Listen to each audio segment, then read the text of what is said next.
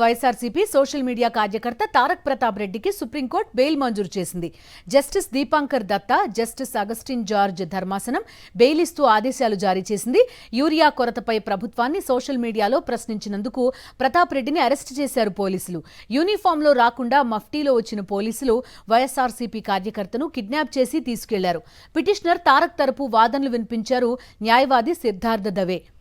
ప్రభుత్వ దమనకాండపై సోషల్ మీడియాలో పోస్టులు పెట్టినందుకు ఏపీ పోలీసులు అక్రమ అరెస్టులు చేస్తున్నారని దవే వాదించారు.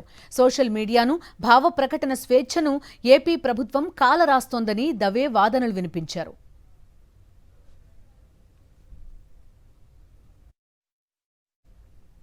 పూర్తి వివరాలు అందిస్తారు మా కరెస్పాండెంట్ వెంకటేష్. చెప్పండి.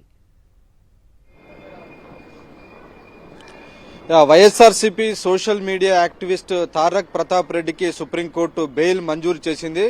ఆయన రైతుల పక్షాన యూరియా కొరతపై ప్రశ్నించినందుకు ఆంధ్రప్రదేశ్ పోలీసులు అరెస్ట్ చేశారు. సో దీన్ని సవాల్ చేస్తూ దాఖలైనటువంటి పిటిషన్లను ఈరోజు సుప్రీంకోర్టు విచారణ చేసింది. సో ఆ నేపథ్యంలో తారక్ ప్రతాప్ రెడ్డికి బెయిల్ మంజూరు చేస్తూ కొద్దిసేపటి కిందట సుప్రీంకోర్టు న్యాయమూర్తి జస్టిస్ దీపాంకర్ దత్తా ధర్మాసనం తీర్పు ప్రకటించినటువంటి పరిస్థితి. నిజానికి ఒక తారక్ ప్రతాప్ రెడ్డి కాదు, అనేక మంది సోషల్ మీడియా యాక్టివిస్టులను, సవీంద్రారెడ్డి గాని అలాగే చాలా మంది యాక్టివిస్టులను ఏపీ ప్రభుత్వం చంద్రబాబు నాయుడు అధికారంలోకి వచ్చిన తర్వాత సోషల్ మీడియాలో ప్రజల పక్షాన ప్రభుత్వాన్ని ప్రశ్నిస్తున్నటువంటి వైఎస్ఆర్సీపీ సోషల్ మీడియా యాక్టివిస్టులపైన ప్రభుత్వం ఉక్కుపాదంతో అంచివేస్తుంది. నిజానికి సోషల్ మీడియా యాక్టివిస్టులకు సంబంధించినటువంటి భావ ప్రకటన స్వేచ్ఛ ఉంది.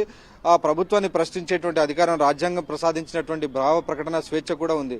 అయినప్పటికీ ఒకవేళ ఏమైనా అభ్యంతరకరం ఉంటే వారికి సంబంధించినటువంటి నోటీస్ ఇచ్చి విచారించేటువంటి అవకాశం ఉన్నప్పటికీ నేరుగా వారిని అరెస్ట్ చేయడం, మఫ్టీలో వెళ్లడం, పోలీస్ యూనిఫామ్ లేకుండా వెళ్లడం, ఇలా అనేక రకమైనటువంటి ప్రయత్నాలకు పోలీసులు పాల్పడుతున్నటువంటి పరిస్థితి. సో రాజ్యాంగ విరుద్ధమైనటువంటి చర్యలకు పాల్పడుతున్నటువంటి విషయాలన్నింటినీ ఈరోజు సుప్రీంకోర్టు ముందు వివరించారు.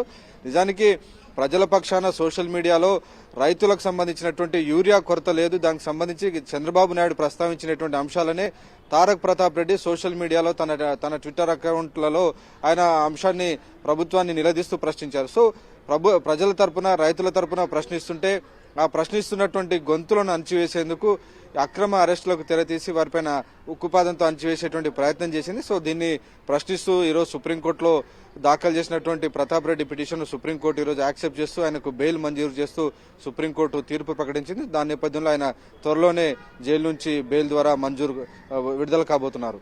Okay Venkatesh, thank you.